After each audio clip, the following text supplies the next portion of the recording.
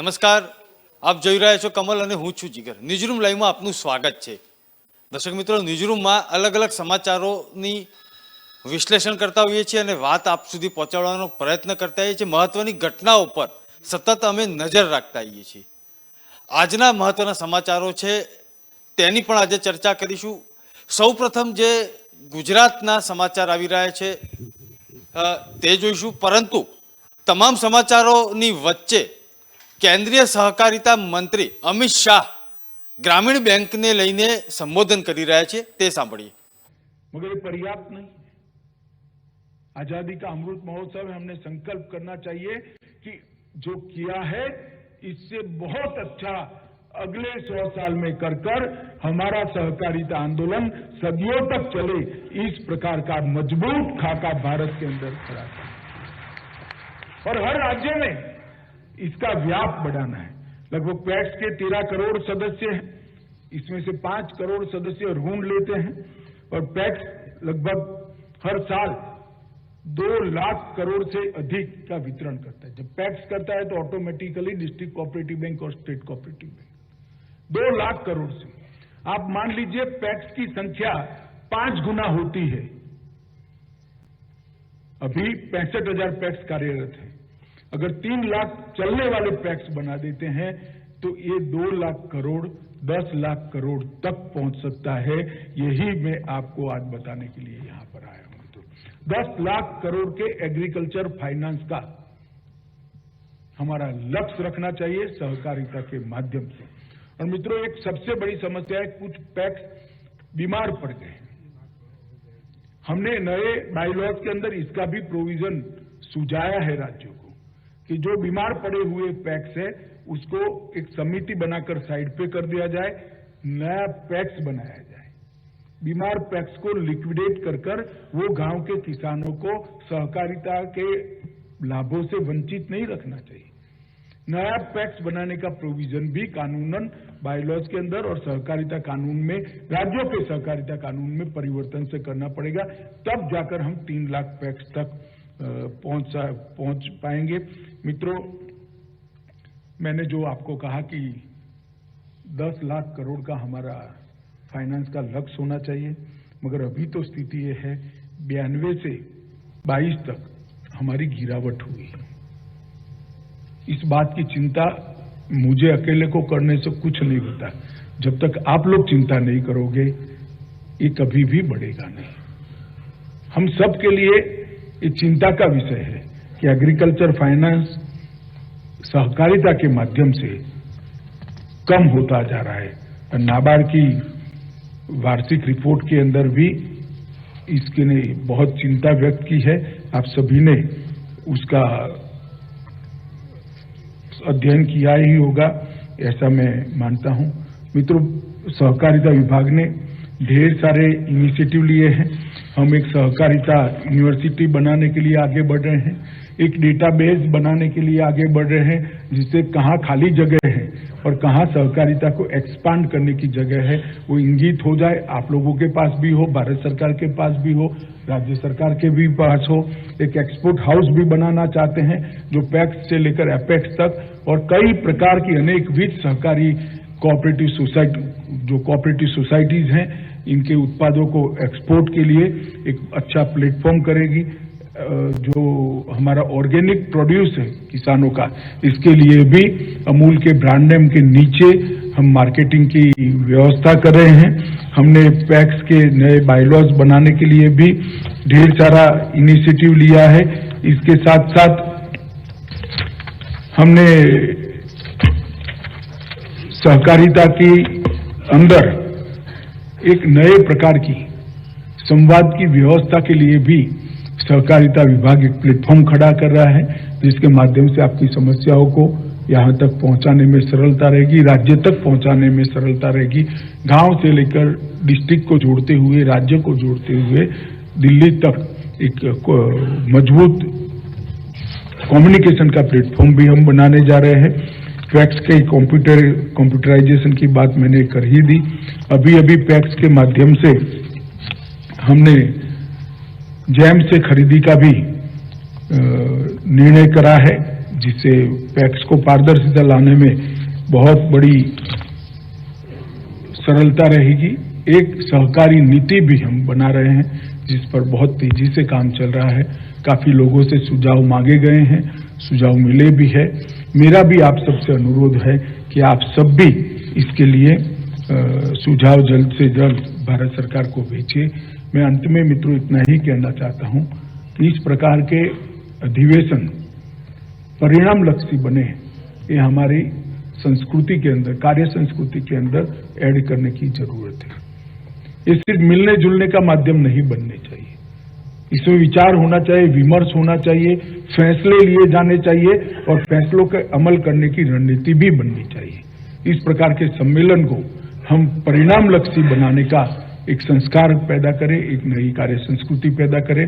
मुझे पूरा विश्वास है कि आप सब ने अब तक सहकारिता के लिए काफी कुछ किया है। देश के अंदर एक मजबूत नींव सहकारिता की पड़ी है। इस पर बहुत बुलंद इमारत बनाने का काम आजादी के अमृत महोत्सव से, आजादी की शताब्दी के जो 25 साल है उसके अंदर हम करेंगे। और ये जो 3 लाख पैक्स का हमारा लक्ष्य है, वो लक्ष्य सिद्ध करने के लिए आप लोग जरूर आज से ही कार्यरत होंगे, इसका मुझे विश्वास है। आप सभी को बहुत बहुत शुभकामनाएं आने वाले अच्छे समय की देकर मेरी बात समाप्त करता हूं। वंदे मातरम। બીજા એક મહત્વના સમાચાર ગુજરાતમાંથી આવી રહ્યા છે। નર્મદા ડેમ જીવાદોરી, ગુજરાતની જીવાદોરી નર્મદા ડેમના સિઝનમાં પ્રથમ વખત 5 દરવાજા ખોલવામાં આવેલા છે। જે રીતે ગુજરાતમાં સિઝનનો 70 થી 80% વરસાદ ખાબકી ચૂક્યો છે અને ઉપરવાસમાં સતત વરસાદ ચાલુ છે, ત્યારે નર્મદા ડેમના 5 દરવાજા ખોલવામાં આવેલા છે। ઉપરવાસના તમામ ગામોને સાવચેત કરવામાં આવેલા છે। સાથે સાથે ગુજરાતમાં છેલ્લા 2 દિવસથી વરસાદી માહોલ જોવા મળી રહ્યો છે, ત્યારે છેલ્લા 24 કલાકમાં ગુજરાતના 186 તાલુકાઓમાં વરસાદ વરસી રહ્યો છે। ગીર સોમનાથના સૂત્રાપાડામાં સૌથી વધુ વરસાદ પડેલો હતો અને ઉત્તર ગુજરાતમાં એક પણ ડેમ હજી ભરાયો નથી, પરંતુ કેવડિયા નર્મદા કોલોનીથી જે સમાચાર આવી રહ્યા છે તેમાં નર્મદા ડેમ ચોમાસાની સિઝનમાં પ્રથમવાર છલોછલ થયેલો છે અને 5 દરવાજા ખોલવામાં આવેલા છે। ચર્ચા કરીશું, મારી સાથે મારા સહયોગી જય શર્મા જોડાઈ ચૂકેલા છે। જય, ગુજરાતમાં 2 દિવસથી વરસાદી માહોલ, સિઝન ગુજરાતની અંદર ચોમાસાની આ વખતે ખુશખુશાલ ખેડૂતો છે અને 5 દરવાજા નર્મદા ડેમના ખોલવામાં આવેલા છે। જીગરભાઈ, નર્મદા ડેમની વાત કરીએ તેની પહેલા આપણે ગઈકાલે પણ વાત કરી હતી કે આપણા જેટલા બી રાજ્યની અંદર જળાશયો છે, ડેમો છે, તેની આપણે જળ સપાટીની પણ વાત કરી હતી। લગભગ જે 100%ની અંદરથી 70% જે જળાશયો છે તેમની સંપૂર્ણ ક્ષમતા જે હતી તેના આરે છે અને સાથે સાથે જે 30% જળાશયો હતા એની સાથે સાથે ડેમો, ચેકડેમો અને સાથે જે બંધ બાંધવામાં આવે છે તે બંધની આપણે પણ વાત કરી હતી। તેની અંદર 30% છે જેની અંદર 40 થી 50% પાણી છે, બાકી બધા ડેમોની અંદર 70%ની ઉપર પાણી છે અને એમાં પણ 35 થી 40% ડેમો એવો છે કે જે સંપૂર્ણપણે ભરાઈ ચૂકેલા છે। હવે નર્મદા ડેમની વાત કરી રહ્યા હતા તો આજે જે દરવાજા ખોલવાની રાહ લોકો જોઈને બેઠા હતા તે દરવાજા ખુલી ગયા છે। 5 દરવાજા ખુલ્યા છે અને આ જે ડેમની સપાટી હતી એ સંપૂર્ણપણે છલોછલ ઉપરવાસના વરસાદને કારણે જે નર્મદા ડેમની અંદર ભારે વરસાદ જે પડ્યો હતો તેને લઈને પાણીનો સંગ્રહ કરવામાં આવ્યો હતો। તેના કારણે સૌથી પહેલા જો વાત કરવામાં આવે તો જીગરભાઈ, નર્મદા ડેમની જે સપાટી હતી એ 133 મીટર જે હતી તેને ખાસ કરીને 133.51 મીટર પર પહોંચી હતી અને તેનાથી વધુ જો પાણી ભરવામાં આવે તેને લઈને દરવાજા ખોલવાનું અગમચેતી રૂપે ખોલવાના હતા। અને જ્યારે સપાટી જ્યારે વરસાદ પડી રહ્યો હતો આજથી 4 દિવસ પહેલા, ત્યારે નર્મદા ડેમની સપાટીમાં હર એક કલાકે 4 થી 5 સેન્ટીમીટરનો વધારો થઈ રહ્યો હતો, એટલે કે ઉપરવાસમાં એટલો ભારે એવો વરસાદ પડ્યો હતો। અને જ્યારે તૈયારી હતી અગમચેતી રૂપે કે જો આની સપાટી 133.51 થી ઉપર જાય તો આપણે દરવાજા ખોલવા પડશે ને આજે તેઓ દરવાજા ખોલવાના હતા ને અત્યારે તેઓ દરવાજાએ નર્મદા ડેમના 5 દરવાજા ખોલી દેવામાં આવે છે। જીગરભાઈ, ઉપરવાસમાં સારો એવો વરસાદના કારણે નર્મદા ડેમ છલોછલ થયો છે અને જે નર્મદા બંધના 5 રેડિયર ગેટ છે તે 1 મીટર જેટલા ખોલી દેવામાં આવ્યા છે। 1 મીટર જેટલા જેટલા દરવાજા ખોલવામાં આવ્યા છે. નર્મદા નદીમાં તબક્કાવાર 10,000 ક્યુસેકથી 1.5 લાખ ક્યુસેક પાણી છોડવામાં હાલ આવી રહ્યું છે હરેક કલાકે. જીગરભાઈ, હવે નર્મદા ડેમની વાત કરી રહ્યા છીએ તો નર્મદા ડેમ આજથી 5 દિવસ પહેલા પણ જે સપાટી હતી તે 131 મીટર સુધી પહોંચી હતી અને અત્યારે 133 મીટર પહોંચી છે. તેની મહત્તમ સપાટી 135 થી 136ની છે. ત્યારે હવે વધુ પાણી નો સંગ્રહ ન થઈ શકે અને સાથે જ જે ડેમની અંદરથી પાણી છોડવામાં આવ્યું છે તે આગળના ચેકડેમો સ્વરૂપે પણ તે ધીરે ધીરે આખી એક ચેઇન સ્વરૂપે તમામ ડેમોને ભરવાની જે આ યોજના છે કે અત્યારે એક રિપોર્ટ પણ એવો આવ્યો હતો કે 2023ના અંત સુધીનું જે ખેડૂતોને સિંચાઈ માટે અને ઔદ્યોગિક જરૂરિયાતો માટે પાણી અને તેમજ આપણા જીવન જરૂરી માટે જે પાણી છે તેનો સંગ્રહ થઈ ચૂક્યો છે. તેની એક આખી ચેન છે.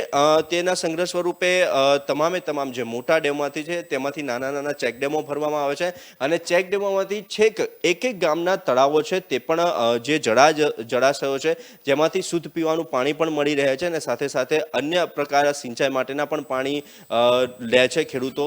તેને લઈને પણ જે જળાશયો છે તે પણ સંપૂર્ણપણે અત્યારે ભરી દેવામાં આવશે. એટલે આ વખતે નર્મદા ડેમથી માંડીને નાના ચેકડેમથી માંડીને જળાશયોની જો વાત કરીએ તો ઉપરવાસના વરસાદના કારણે તમામ ભરાયા છે અને તેનું સુચારું શું કહેવાય આયોજન કરવામાં આવ્યું છે કે જે આપણને વર્ષના અંત સુધીની અંદર આવતા વર્ષના અંત સુધીની અંદર કોઈ પણ પ્રકારની સિંચાઈને લઈને બૂમ ના પડે, સાથે સાથે ઔદ્યોગિક ક્ષેત્રની અંદર અને જીવન જરૂરિયાત પાણી પુરવઠો ખૂટે નહીં તેને લઈને આ વખતે સુચારું આયોજન કરવામાં આવ્યું છે. જી જીગરભાઈ. મિત્રો, જે રીતે નર્મદા ડેમ છલકાયો છે અને નર્મદાના નીરના વધામણા કરવા માટે તેના સ્થાનિકો ઉમટી પડ્યા છે. સાથે સાથે નર્મદા ડેમ છલકાયો હોય ત્યારે ગુજરાતમાં ખુશીની લહેર તો જોવા મળતી હોય છે. મારી સાથે મારા સહયોગી પ્રભાત જોડાઈ ચૂક્યા છે. પ્રભાત, નર્મદા ડેમ છલકાયો છે અને ખુશીનો માહોલ છે. જી જીગરભાઈ, અત્યારે ગુજરાતનો એક આધાર સ્તંભ ગણાતો નર્મદા ડેમ અત્યારે ઓવરફ્લો થવા જઈ રહ્યો છે. અત્યારે 5 દરવાજા ખોલવામાં આવ્યા છે અને તેમાં અત્યારે 1 મીટર જેટલી હેડમાં અત્યારે દરવાજો ખોલવામાં આવ્યો છે અને આસપાસના વિસ્તારો જ નહીં પરંતુ અત્યારે સર્વ ગુજરાતીઓમાં ખુશીનો માહોલ જોવા મળી રહ્યો છે કે સર્વ ગુજરાતની જીવાદોરી સમાન ગણવાતો નર્મદા ડેમ અત્યારે ઓવરફ્લો થઈ ચૂક્યો છે. અત્યારે ઉપરવાસના વરસાદને કારણે તે ઓવરફ્લો થઈ ચૂક્યો છે કે વરસાદની વાત કરું તો છેલ્લા 24 કલાકમાં 182 થી 198 તાલુકામાં વરસાદ પડી ચૂક્યો છે. એવરેજ જોઈએ તો 2 થી 3 ઇંચ જેટલો વરસાદ આટલા તાલુકામાં પડ્યો છે અને આ અનેક તાલુકામાં ખેડૂતો પણ ખુશખુશાલ જોવા મળ્યા છે, અન્ય નગરવાસીઓ પણ ખુશખુશાલ જોવા મળ્યા છે અને એક તરફ વરસાદી માહોલને કારણે લોકોના જે ખેડૂતોના પાકને પણ આગળ ઉત્પાદનમાં વધારો થઈ શકે તેવી પણ શક્યતા જોવા મળી રહી છે અને અન્ય જે કેળ જેવા ઉત્પાદન હોય તેમાં ખેડૂતોના પાકને નુકસાન પણ થયું છે. ત્યારે તેમાં સરકાર તે અંગે પણ તત્પર રહી છે કે આ ખેડૂતોના પાકને નુકસાન અંગે સરકાર ખેડૂત પાક વીમા યોજના અંતર્ગત એટલે લોકોને ખેડૂતોનું નુકસાન થયું છે તે અંતર્ગત પાક વીમા યોજના અંતર્ગત પાક વીમો પણ મળી રહેશે તેવી પણ સહાય સૂચના કરવામાં આવી છે. અલગ અલગ રીતે હવામાન વિભાગ દ્વારા પણ આગાહી કરવામાં આવી છે કે આવનારા દિવસોમાં જે ઉત્તર ગુજરાતમાં આજ સુધીનો માત્ર 66% વરસાદ પડ્યો છે ત્યાં હજુ 33% જેટલો વરસાદ બાકી છે. ત્યાં પણ અત્યારે વરસાદની આગાહી કરવામાં આવી છે. જે બનાસકાંઠા ઉપરવાસના ગુજરાતના ઉત્તર ગુજરાતના જે જિલ્લાઓમાં છે ત્યાં ભારે વરસાદની આગાહી કરવામાં આવી. જી જીગરભાઈ. નર્મદા ડેમ છલકાયો છે અને ગુજરાતભરમાં અત્યારે હાલ આ દ્રશ્યો જોઈને નાગરિકોમાં, ખેડૂતોમાં, તમામ લોકોમાં આજે ખુશીનો માહોલ છે. કારણ કે સિઝનમાં પ્રથમ વખત 5 દરવાજા 1 મીટર જેટલા ખોલવામાં આવ્યા છે. બીજા એક સમાચાર છે, પાણીના પ્રદૂષણ પર કંટ્રોલ આવે અને શહેરીજનોને શુદ્ધ પીવાનું પાણી મળી રહે તે માટે દેશનો સૌથી મોટો શુદ્ધિકરણ પ્લાન્ટ જેતપુરમાં, રાજકોટની બાજુમાં આવેલા જેતપુરમાં આ પ્લાન્ટ બની રહ્યો છે અને લગભગ તે પ્લાન્ટ પૂર્ણતાને આરે છે. આ પ્લાન્ટ કેમ બનાવવો પડ્યો તેના પાછળનું કારણ પણ હું આપને જણાવીશ. જેતપુરમાં સાડી ઉદ્યોગ ખૂબ જ ફૂલ્યો ફાલ્યો છે અને જેતપુરની સાડી દેશભરમાં, દુનિયામાં વખણાય છે. કેમિકલ યુક્ત પાણી ભૂગર્ભમાં ઉતરતા પીવાલાયક પાણી પણ પ્રદૂષિત બનતા હતા. કેમિકલ માફિયાઓ ખુલ્લેઆમ સ્થાનિક જળાશયો હોય કે નદીઓ હોય તેમાં પાણી છોડતા હતા. તંત્ર દ્વારા વારંવાર કાર્યવાહી પણ કરવામાં આવતી હતી, પરંતુ તે તમામ પ્રયાસો નિરર્થક રહ્યા બાદ દેશનો સૌથી મોટો પ્લાન્ટ પાણી શુદ્ધિકરણનો જેતપુરમાં બની રહ્યો છે. હવે પછી આ સમસ્યા પ્રદૂષિત પાણીની દૂર થઈ જશે અને આ પ્લાન્ટની કઈ રીતની હકીકત છે અને શું માહિતી છે તેની ચર્ચા કરીશું. મારી સાથે જય શર્મા જોડાઈ ચૂકેલા છે. જય, દેશનો સૌથી મોટો પાણી શુદ્ધિકરણનો ફિલ્ટર પ્લાન્ટ જેતપુરમાં. જીગરભાઈ, આપણે અવારનવાર પાણી પ્રદૂષણને લઈને અને દૂષિત પાણીથી થતા અનેક રોગચાળાને લઈને પ્રશ્નો ઉપર ચર્ચા કરતા હોય છે, ત્યારે એક ખૂબ જ સારા સમાચાર જેતપુરથી મળી રહ્યા છે કે દેશનો સૌથી મોટો વોટર પ્યુરિફાયર પ્લાન્ટ જેતપુર ખાતે બની રહ્યો છે અને એ પૂર્ણતાને આરે છે, જેની અંદર મોટા પ્રમાણની અંદર પાણીનું શુદ્ધિકરણ થશે. 15 લાખ લીટર રોજનું પાણી શુદ્ધ થશે. એટલે કે જીગરભાઈ, ખાસ જેતપુરની વાત કરીએ તો જેતપુર અને રાજકોટ એ વિશ્વની અંદર બે રીતના વખણાય છે. એક તો સૌથી પહેલા શુદ્ધિકરણનો પ્લાન્ટ, હવે તેની અંદર દેશનો સૌથી મોટો શુદ્ધિકરણનો પ્લાન્ટ હવે સંપૂર્ણતાને આરે છે, જે ટૂંક જ સમયમાં ઓપનિંગ થશે.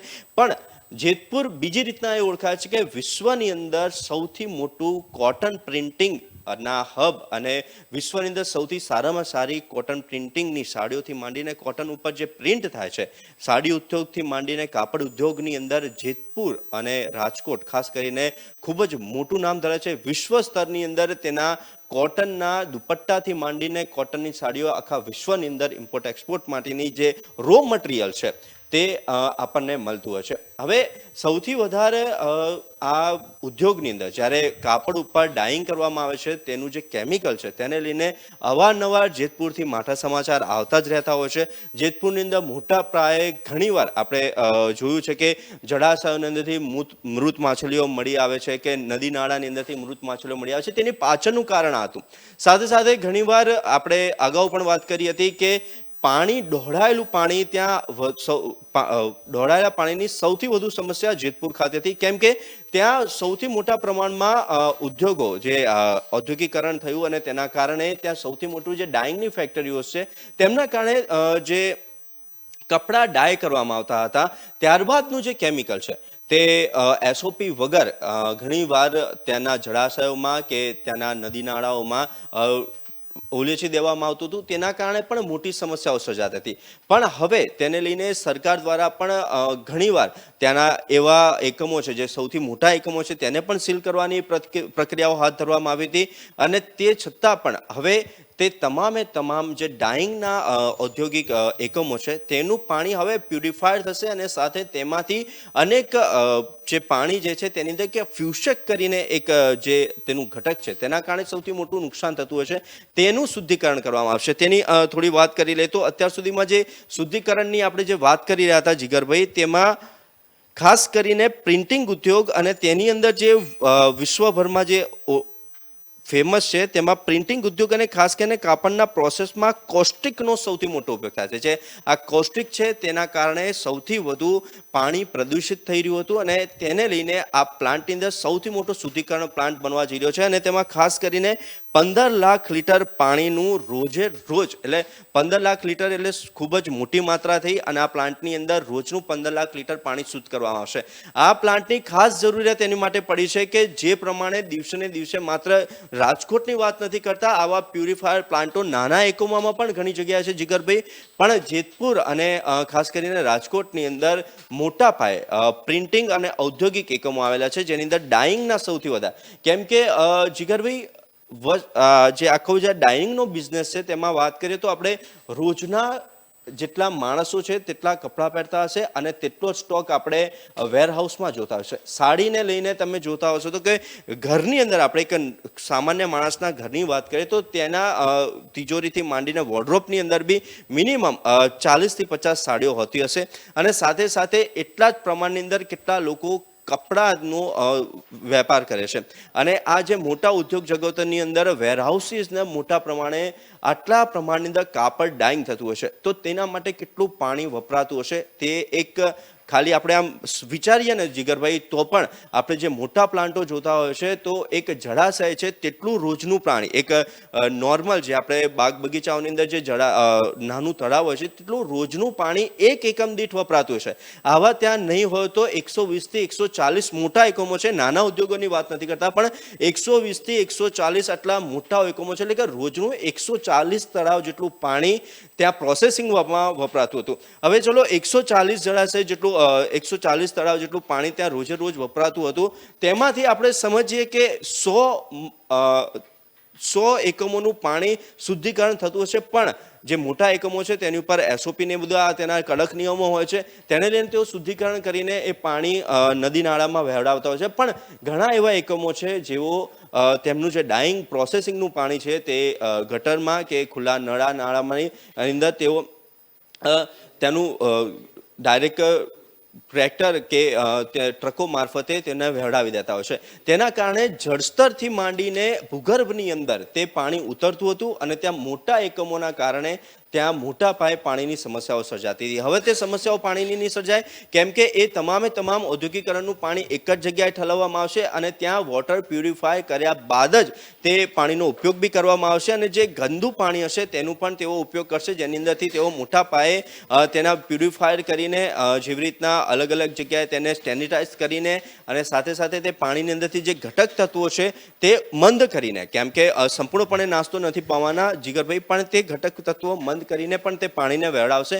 અને તે પાણીથી જેવી રીતના આપણે કચરાના ઢગલાની વાત કરી રહ્યા હતા અગાઉ, પણ પીરાણા ડેમની અંદર જે પીરાણા ખાતે પણ જે કચરાના ઢગલામાંથી પણ છેલ્લે સરકારે આવક ઊભી કરી હતી તેની માટીની, અને તેવી જ રીતના આ એકમ છે આ પ્લાન્ટની અંદરથી પાણી પ્યુરિફાય તો થશે, સાથે સાથે સરકારને પણ મોટી એવી જંગી રકમ પણ મળી શકશે. જી જીગરભાઈ, આગામી સમયમાં પ્લાન્ટ કાર્યરત થશે અને જેતપુર સહિત આજુબાજુના ગામની જનતાને પણ તેનો લાભ મળશે. બીજા એક સમાચાર આવી રહ્યા છે. દેશભરમાં જ્યારે આઝાદી કા અમૃત મહોત્સવ ઉજવાઈ રહ્યો હોય ત્યારે હર ઘર તિરંગા અભિયાન પણ સફળતાપૂર્વક આગળ વધી રહ્યું છે. પરંતુ ગુજરાતના ડીસા શહેરમાં નાયબ કલેક્ટરે કાર્યક્રમની મંજૂરી આપી અને ત્યાર પછી માત્ર 2 દિવસમાં તે મંજૂરી રદ પણ કરી. કયા કારણો હશે તે તો નાયબ કલેક્ટર જાણે, પરંતુ મંજૂરી માગનાર જે સંગઠન જે છે તેમણે તેમનો આક્રોશ વ્યક્ત કર્યો. કારણ કે વડાપ્રધાને અપીલ કરી છે હર ઘર તિરંગા અભિયાનમાં જોડાઈને દેશનું આઝાદીનું 75મું વર્ષ જ્યારે પૂર્ણ થવા જઈ રહ્યું હોય ત્યારે દેશભરમાં ઉત્સાહનો માહોલ છે. દેશદાજ રાષ્ટ્રભક્તિ દરેક નાગરિકોમાં અત્યારે હાલ ઠેર ઠેર જોવા મળી રહી છે. અલગ અલગ આયોજનો થઈ રહ્યા છે, પરંતુ આ એક આયોજન ડીસાની અંદર કરવામાં આવ્યું અને નાયબ કલેક્ટરે શરૂઆતમાં તેની મંજૂરી આપી. તેના ધારાસભ્ય પણ ત્યાં ઉપસ્થિત રહેવાના હતા, પરંતુ 2 જ દિવસમાં 8 તારીખે જ્યારે મંજૂરી આપી હોય અને 10 તારીખે તે મંજૂરી રદ કરવામાં આવતી હોય ત્યારે સવાલો તો ઘણા થાય છે. સૌ પ્રથમ જે આયોજક છે તે શું કહી રહ્યા છે તે સાંભળીએ. મૂળમાં ભારત સરકારે જાહેર કર્યું છે કે 13 થી 15 સુધી તમામ લોકો પોતાના ઘર ઉપર અને જાહેર સ્થળોમાં રાષ્ટ્રધ્વજને ફરકાવે અને 3 દિવસ સુધી રાખે, એ નરેન્દ્ર મોદીથી લઈ અને પ્રધાનમંત્રીથી લઈને મુખ્યમંત્રી બધાએ અપીલ કરી છે. અને એ અપીલના અનુસંધાને ગ્રાહક સુરક્ષા મંડળ તરીકે અમારી ઉપર સરકારશ્રીમાંથી પરિપત્ર આવ્યો કે આપણે સ્વતંત્રતા સપ્તાહ ઉજવી રહ્યા છીએ 11 થી 17 સુધી, અને તમારે એ નિમિત્તે કાર્યક્રમ કરવા. આની આનુષંગિક વાર્તા કરવા માટે કરીને અમે લોકો એસડીએમને મળ્યા અને ડીસા એસડીએમે અમને એવું કીધું કે યોગ્ય કાર્યક્રમ છે અને હું આ કાર્યક્રમમાં આવીશ અને તમે મારી પાસે એક પરમિશન માગો. ને એમના કહેવાથી અમે પરમિશન માગી. પરમિશન અમને આપી દેવામાં આવી. પીઆઈનો અભિપ્રાય છે, ડીવાયએસપીનો અભિપ્રાય છે ને એસડીએમે પોતે અમને પરમિશન આપી છે. પરમિશન આપ્યા પછી 48 કલાકમાં શું એવું બન્યું કે જેના કારણે કરીને એસડીએમે પોતે કોઈ જ કારણ દર્શાવ્યા વગર અમારી પરમિશન રદ કરી છે. માત્ર કોઈ સ્થાયી સૂચના નથી માટે પરમિશન રદ કરવામાં આવે છે. જ્યારે ભારત સરકાર કહેતી હોય કે આ કાર્યક્રમ કરવો, ગુજરાત સરકાર કહેતી હોય કે આ કાર્યક્રમ કરવો, મેં પોતે રિટાયર 2 કલેક્ટર અને 3 ચાલુ ડેપ્યુટી કલેક્ટર સાથે ફોન પર વાર્તા કરી કે આવી રીતે આ રદ કરવો અથવા આ રીતે આ કાર્યક્રમ કરવા માટે શું વાંધો હોઈ શકે, અને તમામે કીધું કે બિલકુલ આ ખોટું છે અને આ રીતે ન ચલાવી લેવાય, આ યોગ્ય નથી. પરમિશન રદ કરવાનું કોઈ જ કારણ નથી. આ ભારતનો રાષ્ટ્રીય તહેવાર છે, આઝાદીનું પર્વ છે, અમૃત મહોત્સવ ઉજવી રહ્યા છીએ અને ભારતની ધરતી ઉપર ભારતના ડીસા શહેરમાં રિસાલા ચોકમાં હું મારો રાષ્ટ્રધ્વજ ફરકાવું એની સામે કોઈને વાંધો શું કામ હોઈ શકે અથવા કોઈ મને શું કામ વિરોધ કરે? જો કોઈએ વાંધા અરજી આપી હોય તો મને બતાવો. જો કોઈ આના માટે વિરોધ કર્યો હોય તો મને બતાવો. જ્યારે સત્તાપક્ષને વિરોધ નથી અને ધારાસભ્યશ્રીના અધ્યક્ષસ્થાને આખો કાર્યક્રમ થઈ રહ્યો છે. ધારાસભ્યશ્રીએ ગઈકાલે સવારે 10 વાગે મારી સાથે વાત કરી છે અને મને કીધું છે કે હું કાર્યક્રમમાં સમયસર આવી જઈશ, પણ મને વહેલા છોડજો. આ બધી વાત પણ એમની સાથે થઈ છે. તો કયું કારણ બન્યું કે અચાનક આ રદ કરવું પડ્યું? એટલે આમ જોવા જાઓ તો વહીવટી તંત્રે લોકતંત્ર ઉપર દમન કરવાની કોશિશ કરી છે અને આ દમનનો અમે પ્રતિકાર કરીએ છીએ. અમારો કાર્યક્રમ નિશ્ચિત સ્થળે નિશ્ચિત સમયે 13 તારીખે સવારે 9:30 વાગે રિસાલા ચોકમાં થશે અને અમે ભારતનો રાષ્ટ્રધ્વજ ડીસાના રિસાલા ચોકમાં 13 તારીખે સવારે 9:30 ફરકાવવાના છીએ. ધૂમધામથી ફરકાવવાના છીએ, બહુ ગૌરવ સાથે અને ભારતના રાષ્ટ્રધ્વજને સન્માન આપીને ફરકાવવાના છીએ. ભારત સરકારની સૂચનાનું પૂરેપૂરું અમલ કરીને અમે ફરકાવવાના છીએ અને કોઈ કાયદો એમ કરતા અમને રોકી શકતો નથી. વડાપ્રધાને જ્યારે દેશનું અમૃત મહોત્સવ 75 વર્ષ પૂર્ણ થવાના આરે છે ત્યારે અપીલ કરી હતી કે ઉત્સાહપૂર્વક દેશભક્તિ દેશદાસ સાથે રાષ્ટ્રના સન્માન સાથે દરેક જણે આ ઉત્સવ ઉજવવો જોઈએ. પરંતુ અહીં જુદી વાત આવી રહી છે. તંત્ર દ્વારા કેમ આ પરવાનગી રદ થઈ, નાયબ કલેક્ટરે કેમ આ નિર્ણય કર્યો તે કલેક્ટર જાણે, પરંતુ આક્રોશ તો છે. મારી સાથે વરિષ્ઠ પત્રકાર દિલીપ પટેલ જોડાઈ ચૂક્યા છે. દિલીપભાઈ, દેશભરમાં ઉજવણીનો માહોલ છે પરંતુ અહીં પરવાનગી રદ થાય છે. ડીસાનો આ જે નિર્ણય લેવાયો છે ત્યાંના નાયબ મામલતદાર દ્વારા, એ આપણે કમનસીબ કહી શકાય. કારણ કે રાષ્ટ્રધ્વજ ફરકાવવાનો કોઈ પણ અધિકાર છે. કાશ્મીરના લાલ ચોકમાં આ જ નેતાઓ, અત્યારે જે દિલ્હીમાં નેતાઓ છે એ જ ત્યાં ફરકાવવા જતા હતા ત્રિરંગો.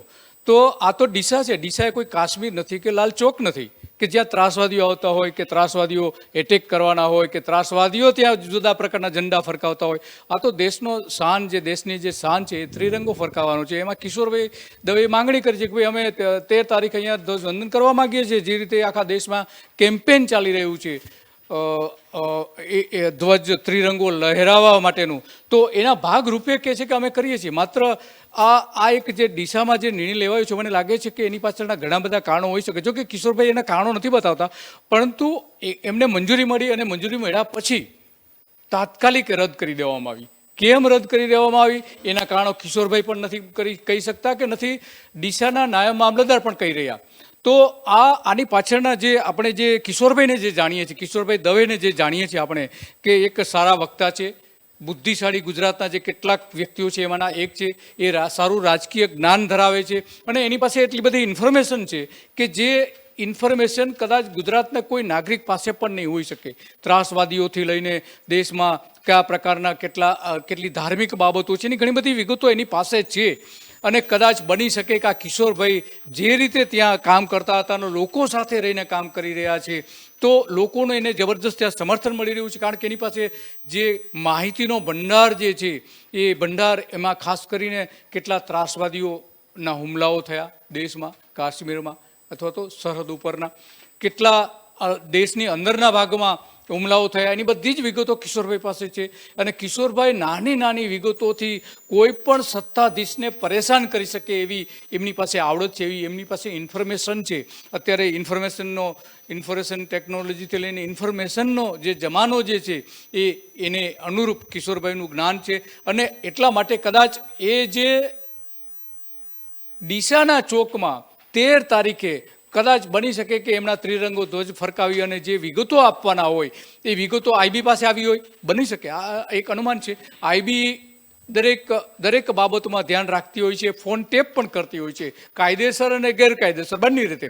તો બની શકે કે કિશોરભાઈ ત્યાં શું કહેવાના છે અને એવી બાબતો કદાચ કહેવાના હોઈ શકે કે સરકારને મુશ્કેલી ઊભી થઈ શકે, ડીસાના રાજકીય નેતાઓને પણ મુશ્કેલી ઊભી થઈ શકે.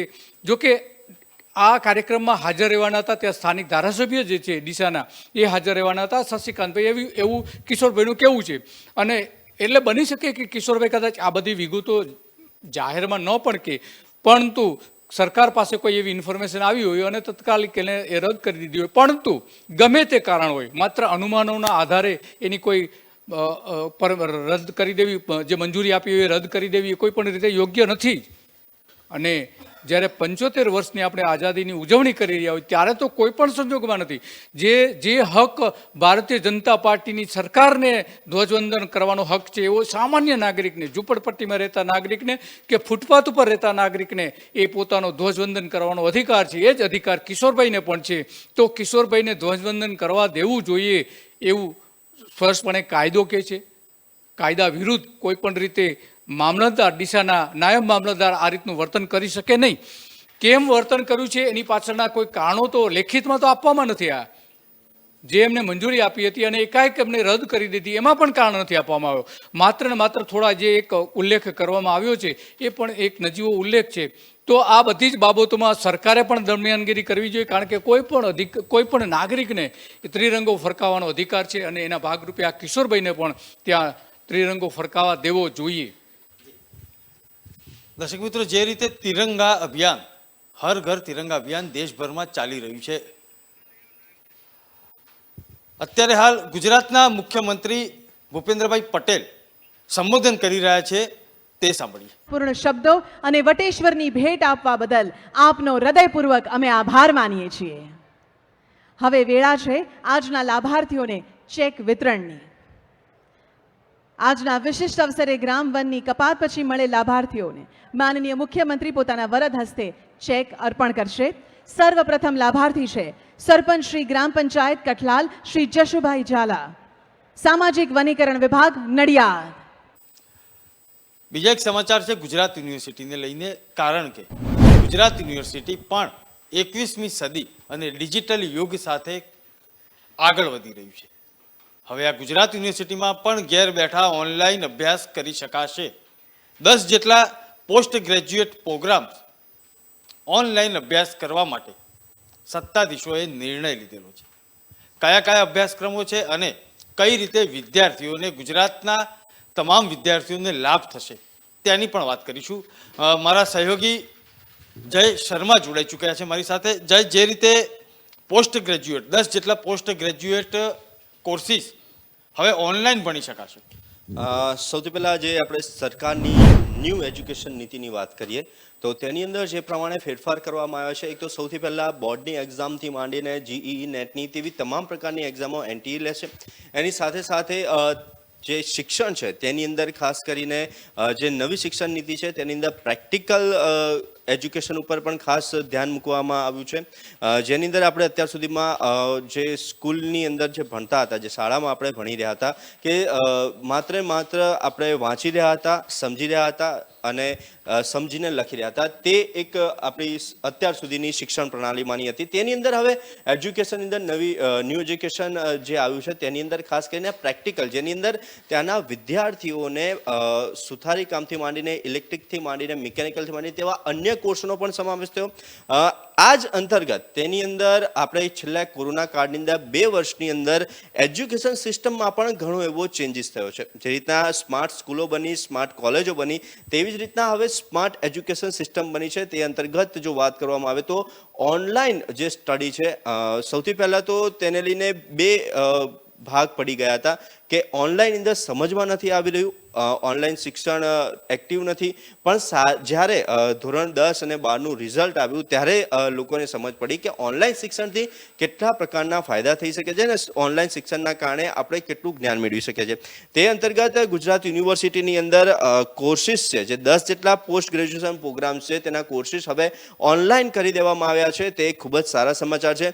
જીગરભાઈ, અત્યારે જે ટેકનોલોજીનું વડાપ્રધાન નરેન્દ્ર મોદી પહેલેથી જ કહી રહ્યા હતા કે ટેકનોલોજી અને ઓનલાઈન ક્લાસીસથી ઘણો એવો સારો ફાયદો થશે અને તેના કારણે ઘણી એવી બચતથી માંડીને, સ્વાસ્થ્યથી માંડીને તમામ ઉપર, જ્યારે કોરોના કાળ ચાલ્યો હતો ત્યાંની ખાસ વાત કરું છું, તો તેને ફાયદો થયો. પણ હવે અત્યારે જે ટેકનોલોજી યુગનો અને ઇન્ટરનેટનો ટાઈમ છે ત્યારે પણ જે વડાપ્રધાન નરેન્દ્ર મોદીની દૂરંદેશિતા હતી તે હવે ફલીભૂત થઈ રહી છે. કેમ કે તેમણે કહ્યું હતું કે નેક્સ્ટ જનરેશન નેટ જનરેશન છે. કેમ કે અત્યારે કંઈ પણ વસ્તુ જીગરભાઈ A to Z જે પ્રેક્ટિકલ થઈ શકતું હોય એના સિવાયના તમામ કાર્યો એ માત્ર ઇન્ટરનેટ, મોબાઈલના, લેપટોપના માધ્યમથી થઈ રહ્યા છે. તેને લઈને અત્યારે જે આ કોર્સ સામે આવ્યા છે તેની વાત કરીએ તો 10 કોર્સ નવા જે છે તે પોસ્ટ ગ્રેજ્યુએશન પ્રોગ્રામ્સના કોર્સ ઓનલાઈન શરૂ કરવાની જાહેરાત કરવામાં આવી છે. યુજીસી તરફથી માન્યતા પ્રાપ્ત આ ઓનલાઈન કોર્સ સપ્ટેમ્બરથી શરૂ થવા જઈ રહ્યા છે અને ગુજરાત યુનિવર્સિટીના ઉચ્ચ સત્તાવાળાઓએ જણાવ્યું છે. હવે આ જે ઓનલાઈન કોર્સિસ છે તેની વાત કરીએ તો કોમર્સ, આર્ટ્સ સહિતની વિવિધ વિદ્યાશાખાના સ્નાતક અને અનુસ્નાતક કક્ષાના કોર્સો તેમજ સાથે સાથે યુનિવર્સિટી અને ન્યૂ એજ્યુકેશન પોલિસી મુજબ વર્તમાન સમયની માંગને અનુરૂપ વિવિધ પ્રકારના સ્નાતક, અનુસ્નાતક અને શોર્ટ ટર્મ સર્ટિફિકેટ કોર્સનો પણ આમાં સમાવેશ કરવામાં આવ્યો છે, જેમાં અમદાવાદ ઉપરાંત ગુજરાતના લોકોના આ કોર્સમાં ભાગ પણ લઈ રહ્યા છે, તેની તૈયારીઓ પણ કરવામાં આવી રહી છે અને નોલેજ બેઝ ઇકોનોમીના યુગમાં ઓનલાઈન ડિજિટલ પ્લેટફોર્મનું મહત્વ વધી રહ્યું છે. જીગરભાઈ, અત્યારે ઓનલાઈન પ્લેટફોર્મથી આજે એજ્યુકેશન આપણે હવે પ્રાપ્ત કરશે લોકો, જે વિદ્યાર્થીઓ, તેમાં ખાસ એ વાતનો ભાર મૂકવામાં આવ્યો છે કે અત્યારે કંઈ પણ વસ્તુ છે તે ની જાણકારી અત્યારના યુથને ન હોય, તે ભૂતકાળ હોય, ભૂગોળ હોય, નાગરિક શાસ્ત્ર હોય કે કોઈ પણ સબ્જેક્ટ હોય, તેના રિલેટેડ કોઈને પણ તેની અંદર રિસર્ચ કરવું છે તો સૌથી પહેલાં એક જ દેવતા યાદ આવતા છે, ગૂગલ દેવતા. અને આપણે ઘણીવાર વોટ્સઅપ યુનિવર્સિટી નામ પણ વાપરતા હોઈએ છીએ, પણ તેની ઉપર અમુક ખોટા સમાચારો પણ આવતા હોય છે, સાચા સમાચાર. પણ આપણે અત્યારે નોલેજની વાત કરી રહ્યા છીએ, કોર્સીસની વાત કરી રહ્યા છીએ, તેની વાત કરીએ તો અત્યારે તમામે તમામ જ્ઞાન હવે તો ઈ બુક આવી ગઈ છે. તમે કોઈ પણ સિલેબસ ભણવા માંગતા હોય, તેના સોફ્ટવેરથી માંડીને હાર્ડવેરથી માંડીને કોઈ પણ નોલેજ લેવું હોય તેના હવે વિડીયો તમને મળી રહ્યા છે, ઓડિયો બુક મળી રહી છે. જીગરભાઈ, હવે તો નવા જે ફીચર્સ આવ્યા છે તેમાં એવું છે કે તમે જો એ ફીચરથી અંધ લોકોને પણ એટલો જ ફાયદો થશે કે તેઓ લોકો સાંભળી શકશે. જે લોકો જોઈ નથી શકતા તે લોકો સાંભળી શકશે, જે લોકો સાંભળી નથી શકતા તે લોકો જોઈ પણ શકશે. અને ખાસ કરીને આ ન્યૂ પોલિસીની અંદર જે ઓનલાઈન શિક્ષણના કારણે બે ફાયદા થશે. એક તો સમયનો બચત થશે, સાથે સાથે લોકોને એની સાથે બીજા એક્સ્ટ્રા કામ પણ કરી શકશે. કેમ કે જ્યારે આપણો સમય ચાલતો હતો વિદ્યાર્થી કાળનો, ત્યારે પણ આપણે સવારથી સાંજ સુધી કોલેજ ને કોલેજથી ઘરે, અને તેમાં પણ પાર્ટ ટાઈમ જોબ કરવી હોય કે અન્ય કારણોસર બીજા કામ કરવા તે થઈ શકતા ન હતા. પણ આમાં તો એક જ ફિક્સ છે કે તમે ઘરે છો, બહાર છો, વેકેશન ઉપર છો કે ક્યાંય પણ છો, કે તમે જરૂરી કામમાં છો, પણ તમારે એ ટાઈમ પર માત્ર એક લેપટોપ હશે, એક મોબાઈલ હશે તો તમે તે એજ્યુકેશન લઈ શકશો. આના ઘણા ફાયદા થઈ શકશે. સૌથી પહેલાં તો કોઈ પણ સમયગાળા દરમિયાન, એટલે કે ધારી કે અત્યારે જે ચોમાસું ચાલુ રહ્યું છે તેના કારણે ઘણી સ્કૂલોની અંદર, ઘણી કોલેજોની અંદર રજા આપી દેવામાં આવી હતી, પણ જો ઓનલાઈન ક્લાસીસ હોય તો તે વિદ્યાર્થી તેના ઘરે બેસીને જ તેનું જ્ઞાન મેળવી શકશે. ઓનલાઈન શિક્ષણના કારણે ઘણા એવા ફાયદા છે, તેમાંનો એક આ ફાયદો છે. અને બીજું કે ઓનલાઈન શિક્ષણના કારણે તમે ક્યાંય પણ જ્ઞાન મેળવી શકશો. સૌથી પહેલાં જે વડાપ્રધાન નરેન્દ્ર મોદીએ કીધું હતું, અને હંમેશા હમણાં પણ જે સમિટ યોજાઈ હતી તેની અંદર પણ તેમણે ટ્રેડ અને ટેકનોલોજીનો ખાસ ભાર મૂક્યો હતો. અને ટેકનોલોજી આધારિત જે જ્ઞાન છે તેની અંદર તેમનો હંમેશા ભાર મૂકતા હોય છે. અને સૌથી હાઈએસ્ટ ટેકનોલોજીનો અત્યારે ઉપયોગ વડાપ્રધાન પણ કરી રહ્યા છે, જેની અંદર આપણને બેન્કિંગથી માંડીને, સર્વરથી માંડીને, ટ્રેકિંગથી માંડીને તમામ વસ્તુઓ તેમણે ઓનલાઈન કરી છે. અને તે જ તેમની દૂરંદેશિતા હવે એજ્યુકેશન ક્ષેત્રે પણ આગળ આવી રહી છે. આમ તો આપણે એજ્યુકેશન ક્ષેત્રે કોવિડના થોડા સમય પહેલાથી જ ઓનલાઈન સેક્ટરની અંદર આગળ હતા, પણ એવા ઘણા કોર્સીસ છે જેનું જ્ઞાન ઘણા વિદ્યાર્થીઓએ, જીગરભાઈ, યુટ્યુબ કે કોઈ સોશિયલ મીડિયાના માધ્યમથી તેનું એપ્લાય કરીને તે વિશેની તે જ્ઞાન મેળવી શકે છે અને તેનું તેઓ પ્રેક્ટિકલી પણ અનુપ્રાંત કરી શકે છે. અને ગુજરાત યુનિવર્સિટી દ્વારા જે આ 10 જે અનુસ્નાતક, સ્નાતક અને સાથે શોર્ટ ટર્મ કોર્સીસ પણ ઊભા કરવામાં આવે છે. અને આ શોર્ટ ટર્મ કોર્સીસ એવા વિદ્યાર્થીઓ માટે છે, એવા વ્યક્તિઓ માટે છે કે જેઓ ક્યાંક રિલેટેડ ક્યાંક કામ કરી રહ્યા છે અને હજુ પણ તેઓએ એજ્યુકેશન મેળવવું છે, તેમના માટે પણ આ ઓનલાઈન કોર્સીસ ખૂબ જ મહત્વપૂર્ણ સાબિત થશે. કારણ કે ભણવાની કોઈ ઉંમર નથી, જીગરભાઈ. તેવી જ રીતના ઘણા લોકો એવા છે કે જેમને હજુ ભણવું છે, પણ અમુક જવાબદારીઓના કારણે તેઓ ભણી નથી શકતા, તેઓ વર્ગખંડોમાં જઈને બેસી નથી શકતા, કોલેજમાં જઈને બેસી નથી શકતા. તેવા વ્યક્તિઓ માટે પણ અનેક ડિગ્રી હાંસલ કરવા માટે અને એજ્યુકેશન સિસ્ટમની અંદર ફરી એકવાર આવવા માટે આ ખૂબ જ મહત્વપૂર્ણ સાબિત થશે. જી જીગરભાઈ. દર્શક મિત્રો, બીજા એક સમાચાર મહારાષ્ટ્રથી આવી રહ્યા છે અને તે સમાચાર છે નોટોના બંડલના. થોડાક દિવસ પહેલા આપણે બંગાળના રાજકારણી અને ટીએમસીના નેતાને ત્યાંથી પણ કરોડોના બંડલના જે વિડીયો વાયરલ થયા હતા અને સામાન્ય નાગરિક, સામાન્ય જનતા આ દ્રશ્યો જોઈને ચોંકી ઉઠી હતી કે આટલા બધા બંડલ આવ્યા ક્યાંથી. આ ઈડીની કાર્યવાહી હતી, પરંતુ તેવી જ કાર્યવાહી અત્યારે હાલ મહારાષ્ટ્રના જાલનામાં થયેલી છે અને 390 કરોડ રૂપિયાની રકમ અને નોટોના બંડલ આવકવેરા વિભાગની ટીમે ઝડપી પાડ્યા છે. અને જાનૈયા બનીને ટીમ પહોંચી, કોડવર્ડ રાખ્યો હતો દુલ્હનિયા હમ લે જાएंगे, અને 58 કરોડ રૂપિયા રોકડા મળ્યા અને 390 કરોડની બેનામી સંપત્તિ મળી. બીજા એક સમાચાર જયપુરથી છે, ત્યાંથી પણ 150 કરોડ જેટલી સંપત્તિ મળી આવી છે. દેશભરમાં અત્યારે હાલ રોકડ નાણું ઈડી આવકવેરા વિભાગ જપ્ત કરી રહ્યું છે, કારણ કે નોટોના બંડલના ઢગલાઓ મળી રહ્યા છે.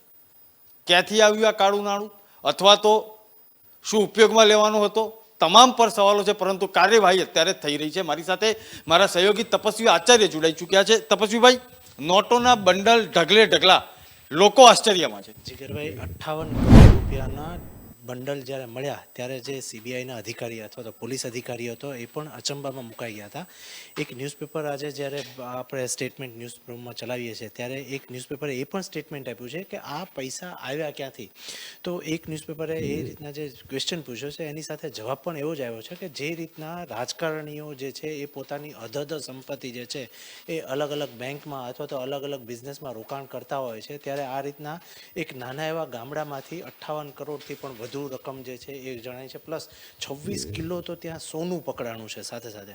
હવે આ પૈસા અથવા તો આટલી જે માતબર રકમ જે છે એ આવી ક્યાંથી, એક ક્વેશ્ચનના જવાબમાં એક ન્યૂઝપેપરે એવું પણ લખ્યું છે કે જે મહારાષ્ટ્રની જે કોઈ સરકારની જે ઉથલપાથલ થઈ છે અથવા તો જે બાકીના સ્ટેટમાં જે છે એ સરકારની જે ઉથલપાથલ થઈ છે, તો નક્કી જે છે એ આ કાળું નાણું જે પકડાયું છે અથવા તો આટલી સંપત્તિ પકડાણી છે એ કોઈ રાજકારણની હોઈ શકે, જેથી કરીને આ રીતના સીબીઆઈના દરોડા થયા છે. તો ચોક્કસથી આ જે માતબર રકમ જે છે અથવા તો એક નાના આટલા ગામમાં જે આટલો પૈસો પકડાણો છે, લિટરલી તમે વિડીયો જોશો તો જીગરભાઈ ખબર પડશે કે નોટોના બંડલ એટલે કે લિટરલી ઢગલા દેખાઈ રહ્યા છે. એ ચોક્કસથી કોઈક રાજકારણના હોઈ શકે એવું મનાઈ રહ્યું છે. જીગરભાઈ, અત્યારે હાલ તો કાર્યવાહી ઈડીની હોય કે આવકવેરા વિભાગની હોય, દેશભરમાં પૂરજોશમાં આ ઓપરેશન ચાલી રહ્યું છે. અને અલગ અલગ જગ્યાએથી જે સમાચાર આવી રહ્યા છે તેમાં કરોડો રૂપિયાના બંડલના દ્રશ્યો, તેના વિડીયો સોશિયલ મીડિયામાં જ્યારે વાયરલ થતા હોય છે ત્યારે સામાન્ય નાગરિક જોઈને આશ્ચર્ય તો ચોક્કસ પામે છે કે આ રૂપિયા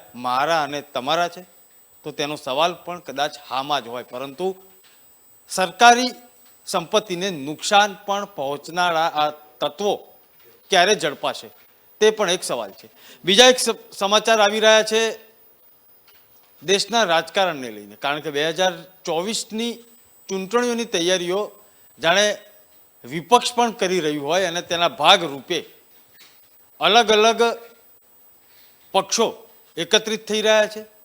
2017માં પણ થયા હતા, 2014માં પણ થયા હતા, પરંતુ ક્યાંક સફળતા મળી ન હતી, કારણ કે વિપક્ષ પાસે એક ચહેરો અથવા તો એક ફેસ જોઈએ છે. અલગ અલગ પક્ષોમાં દિગ્ગજ નેતાઓ, બુદ્ધિજીવી નેતાઓ, પીઢ નેતાઓ ચોક્કસ છે, પરંતુ વિપક્ષો એક થઈ શકતા નથી તે નામને લઈને.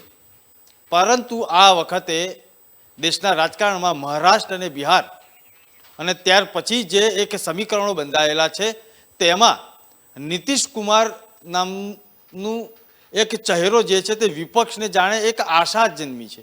ચર્ચા કરીશું નીતિશ કુમારના ચહેરો જે છે તે વિપક્ષને કેટલો ફળશે અથવા તો વિપક્ષનો આ દાવ કેટલો સફળ રહેશે, અને ખરેખર શું નીતિશ કુમાર માટે કેટલા અવરોધો છે તેની પણ વાત કરીશું. મારી સાથે કમલ નેશનલ હેડ મયુર જાની જોડાઈ ચૂક્યા છે. મયુરભાઈ નમસ્કાર, સ્વાગત છે આપનું. નમસ્કાર. નમસ્કાર જીગરભાઈ, દર્શકોને પણ નમસ્કાર. મયુરભાઈ, દેશના રાજકારણની વાત કરવામાં આવે ત્યારે 2014 પછી 2014 પહેલા પણ વિપક્ષ એકત્રિત થઈ રહ્યા હતા, ક્યાંક નામની સહમતિ બનતી હતી, પરંતુ ક્યાંક તે ચહેરો કદાચ અમાન્ય કરતા હતા. પરંતુ આ વખતે એક આશા અથવા તો એક ક્યાંક એક આશાનું કિરણ ફૂટી નીકળ્યું છે નીતિશ કુમારના નામનું. હવે જો આમાં છે ને બહુ વિપક્ષોએ બહુ હરખાવા જેવું પણ નથી. હા, એક જેને કહેવાય ને કે થોડુંક એમ કે ભાઈ કોઈ સોનેરી કિરણ, આપણે અંગ્રેજીમાં એના પણ એક શબ્દ છે સિલ્વર લાઇન દેખાય, એમ કે ક્લાઉડની પાછળ એક ચાંદીની ચમકવાળી એક લાઇન દેખાય એવી એક સ્થિતિ અત્યારે ઊભી થઈ છે. પણ એવું માનીને ચાલીએ આપણે કે વિપક્ષ પણ જો સપોઝ એવું માનીને ચાલે કે નરેન્દ્ર મોદીનો જવાબ મળી ગયો છે, Nitish Kumar is the answer to Narendra Modi, એવું નથી. એટલા માટે નથી જીગરભાઈ, સમજવું પડશે કે ત્યાં આ બાજુ એટલે કે ભારતીય જનતા પાર્ટી અને નરેન્દ્રભાઈ અને એમની રણનીતિ. નરેન્દ્રભાઈનું એક દેશના વડાપ્રધાન તરીકે તો ખરું, એ તો ઓબ્વિયસલી છે વડાપ્રધાન એટલે, પણ એક એવા લોકપ્રિય નેતા તરીકેનું સ્થાન આજે પણ એટલું જ મજબૂત છે. વાસ્તવિકતા છે આ, કે એને એવો ચહેરો જે દેશના લગભગ તમામ પ્રદેશોમાં, વિસ્તારોમાં અપીલ ધરાવતો હોય, કેન્દ્રમાં સત્તા મેળવવા માટે એ ચહેરાને તમે કેશ કરી શકતા હો વોટ્સમાં, મતોમાં, એવો એક ચહેરો વિપક્ષ પાસે આજે નથી. એટલે આખા દેશમાં અદ્ભુત એક કોઈ મોટો પડકાર ઉભો થઈ જશે નીતિશ કુમારના આ ભારતીય જનતા પાર્ટીને છોડી અને આરજેડી સાથે બેસવાથી, એવું માનવું એ તો બહુ બેવકૂફી ભરેલું કામ કહેવાય. હું આપણે જણાવું ફેર શું પડી શકે. મને જે સમજાય છે સાહેબ, એ સમજાય છે કે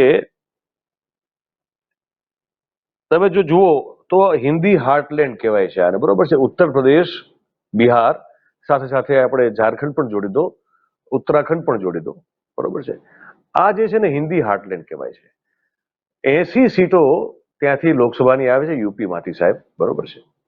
અને મને એક્ઝેક્ટ રીતે યાદ નથી આવતું, પણ હું માનું છું કારણ કે બિહારથી પણ ઓછામાં ઓછી 40ની આસપાસ સીટો, 40 નથી સોરી, બિહારમાં 30ની આસપાસ સીટો છે હું માનું ત્યાં સુધી, કારણ કે 243 જો એમની ટોટલ વિધાનસભા બેઠકો હોય તો એ 30ની આસપાસ એની લોકસભાની બેઠકો હોઈ શકે, એનાથી વધારે ન હોઈ શકે. એટલે સમજો કે લગભગ, અને પછી ઝારખંડ અને ઉત્તરાખંડ પકડી લો તો ઓલમોસ્ટ 125 થી 30 બેઠકો જે છે એ લોકસભાની અહીંથી નીકળે છે, એવું કહીએ તો આપણે ખોટા નથી કોઈ પણ જગ્યાએ.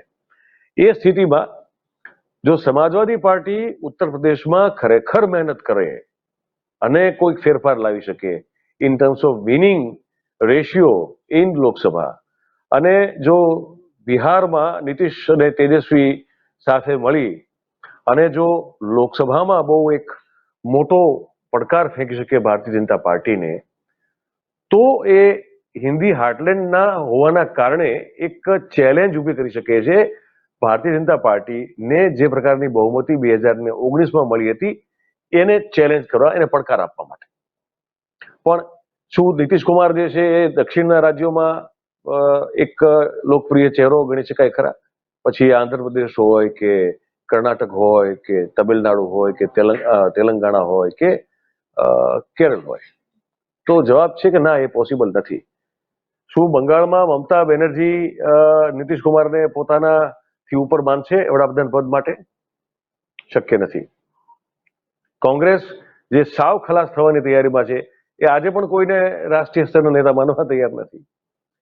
મહારાષ્ટ્રમાં શિવસેના અને શરદ પવાર જે છે એનસીપી, તો એ વખાણ કરી રહ્યા છે, પણ શું એ નીતિશને એક્સેપ્ટન્સ આપશે? અને નીતિશના ચહેરાને આગળ ધરી અને 2024ની ચૂંટણી જો લડવામાં આવે તો શું મહારાષ્ટ્રમાંથી વિપક્ષને કેટલા મત મળશે? આ બધા પ્રશ્નો છે. મધ્યપ્રદેશ, ગુજરાતમાં તો આપણે વાત કરતા જ નથી, રાજસ્થાનમાં, કારણ કે ત્યાં નીતિશની કોઈ આપણા માટે કોઈ એઝ એ લીડર કોઈ એવી એન્ટિટી છે નહીં એમની. એ બિહાર પૂરતા સીમિત માણસ છે.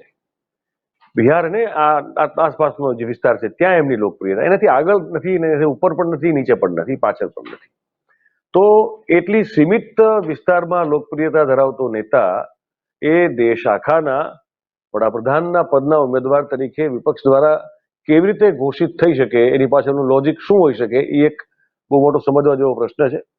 એના જવાબમાં એવું હોઈ શકે કે ભાઈ દરેક પ્રાદેશિક પક્ષ જે વિપક્ષમાં છે એ નીતિશને સમર્થન આપે અને પોતપોતાના વિસ્તારમાં એ ગઠબંધનના ભાગરૂપે મતદારોને આકર્ષવાનો પ્રયત્ન કરે અને પછી એક કોએલેશનના ભાગરૂપે એક સરકાર બને, જો બને તો, અને એના પછી એના વડાપ્રધાન પદના નેતા તરીકે નીતિશ કુમારને મૂકવામાં. આ એક લોજિકલ આનો જવાબ આવો એક હોઈ શકે, પણ આવું થાય એ જરૂરી નથી પહેલી વાર, અને આ થવું ખૂબ મુશ્કેલ છે.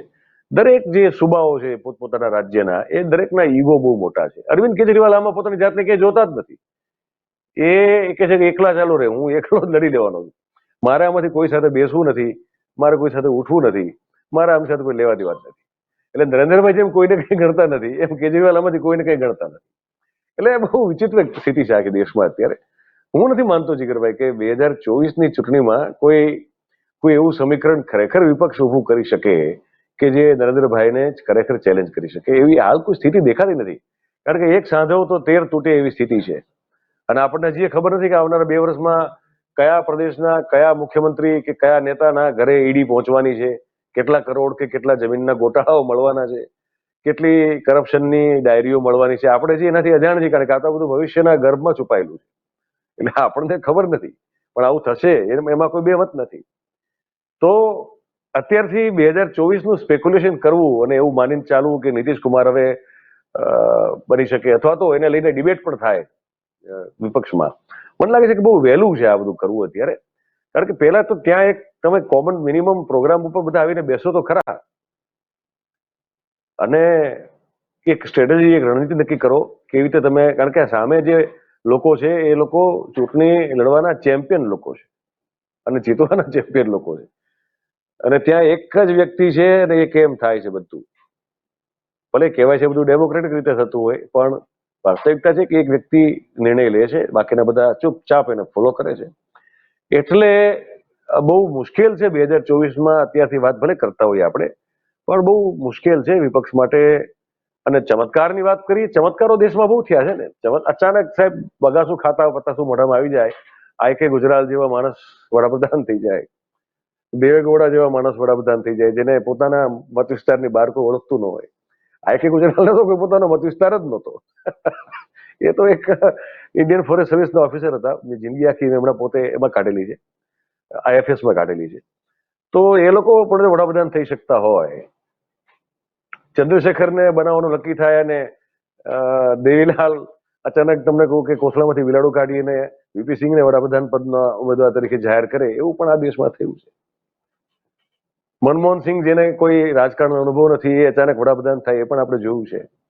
એટલે આમ જુઓ તો થવા માટે કંઈ પણ શક્ય છે.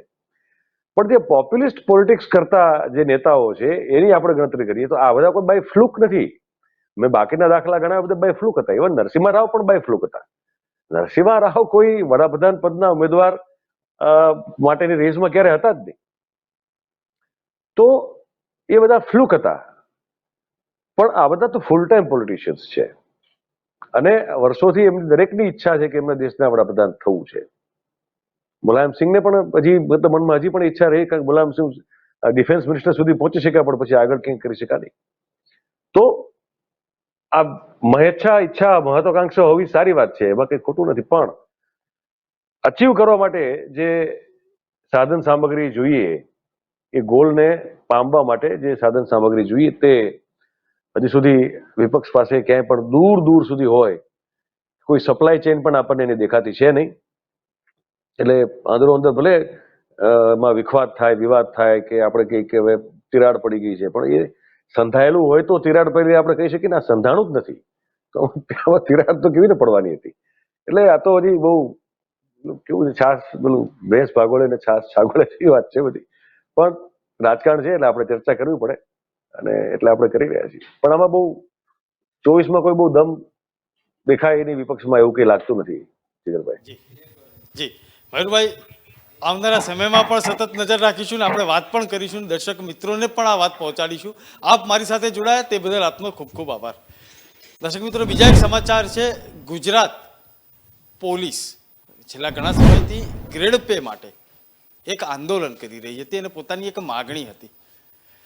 15 ઓગસ્ટ પહેલા આ સમાચાર કદાચ પોલીસ ડિપાર્ટમેન્ટ માટે, કમાન્ડો માટે અથવા તો તેના તમામ પોલીસ કર્મીઓ માટે એક સુખદ સમાચાર આવી શકે છે. મુખ્યમંત્રી તરફથી એક નિર્ણય લેવાઈ શકે છે અને 15 ઓગસ્ટે તેમના ગ્રેડ પેમાં વધારો થઈ શકે છે અથવા તેમની માગણી સંતોષાઈ શકે છે.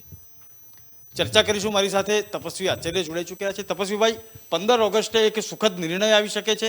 પોલીસ કર્મીઓમાં ખુશીનો માહોલ તો અત્યારે હાલ તો જોવા મળી રહ્યો છે. જીગરભાઈ, છેલ્લા 2 વર્ષની વાત કરીએ તો કોરોના કાળમાં જે પોલીસ જવાનોએ જે કામગીરી કરી છે અથવા તો ગુજરાતને ખડું કરવા માટે જેને જે મહેનત કરી છે એનો કદાચ સુખદ સમાધાન થઈ શકે અથવા તો ખૂબ સુખદ સમાચાર મળી શકે તેવું અત્યારે વર્તા રહ્યું છે. ખાસ કરીને ગૃહમંત્રી આપણા હર્ષ સંઘવી છે, તેમણે એક જાહેરાત કરી છે કે ખાસ કરીને જે 15મી ઓગસ્ટ પહેલાં આપણા મુખ્યપ્રધાન જે છે ભૂપેન્દ્રભાઈ એ ગ્રેડ પેના મામલે થઈને સુખદ સમાધાન કરી અને સારા સમાચાર આપી શકે છે.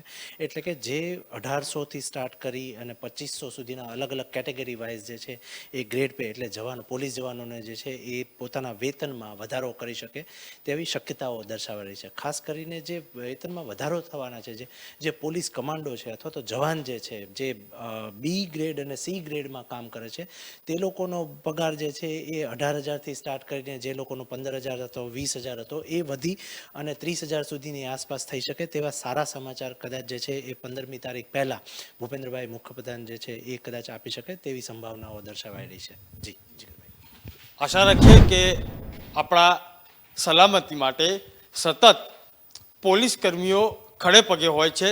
ટાઢ, તાપ, વરસાદ અને કોઈ પણ આપત્તિમાં જ્યારે તમે શહેરની અથવા પોતાના ગામની સુખદ નિંદ્રા માણી શકતા હોય ત્યારે આ પોલીસ કર્મીઓનો પણ એટલો જ હાથ છે તમારી સુખાકારી માટે. તો આશા રાખીએ કે તેમને પણ તેમનો હક અથવા તેમની માગણી સંતોષાય. બીજા એક સમાચાર આવી રહ્યા છે ગુજરાતના હવામાન ખાતાને લઈને, કારણ કે સૌરાષ્ટ્ર અને તેને અડીને આવેલા ઉત્તર પૂર્વીય સમુદ્રમાં એક લો પ્રેશર સિસ્ટમ ઊભી થઈ છે અને આગામી થોડાક દિવસોમાં તે ડિપ્રેશનમાં પરિવર્તિત થઈ શકે છે અને ફરીથી આ બંને સિસ્ટમને લીધે સુરત, નર્મદા, બનાસકાંઠા, જુનાગઢ અને કેટલાક વિસ્તારોમાં સૌરાષ્ટ્ર, કચ્છ સહિતના વિસ્તારોમાં ભારેથી અતિ ભારે વરસાદ આવી શકે છે. છેલ્લા 5 દિવસની આગાહી હતી હવામાન ખાતાની, તે પૂર્ણ થઈ ચૂકી છે. ત્યારે વધુ એક લો ડિપ્રેશન અરબી સમુદ્રમાં ઊભું થઈ રહ્યું છે અને એક તરફ બંગાળની ખાડીનું જે લો પ્રેશર છે તે પણ ઊભું થઈ રહ્યું છે. ત્યારે ગુજરાતમાં આગામી સમયમાં, આગામી 2 દિવસમાં ફરીથી બંને સિસ્ટમ મજબૂત થઈ શકે છે અને તેને લીધે ગુજરાતમાં ફરીથી વરસાદ વરસી શકે છે. અલગ અલગ જિલ્લાઓમાં સુરત, નર્મદા, જે દક્ષિણ ગુજરાતના જે જિલ્લાઓ છે તે મધ્ય ગુજરાત, ઉત્તર ગુજરાત અને સૌરાષ્ટ્ર કચ્છના કેટલાક ભાગોમાં પણ આની અસર વર્તાઈ શકે છે. દર્શક મિત્રો, આવતીકાલે ફરીથી મહત્વના સમાચારો સાથે ન્યૂઝરૂમમાં ઉપસ્થિત થઈશું. સાથે સાથે આજે જે સમાચાર જોયા તેમાં હર ઘર તિરંગા યાત્રાથી લઈને પોલીસ ગ્રેડ પે અને નર્મદા ડેમ છલકાયો છે ને તેના 5 દરવાજા 1 મીટર સુધી ખોલવામાં આવ્યા છે. તે તમામ સમાચારો આજે અમે આપ સુધી પહોંચાડ્યા છે. આવતીકાલે પણ આવા સમાચારો સાથે ઉપસ્થિત થઈશું. વંદે માતરમ.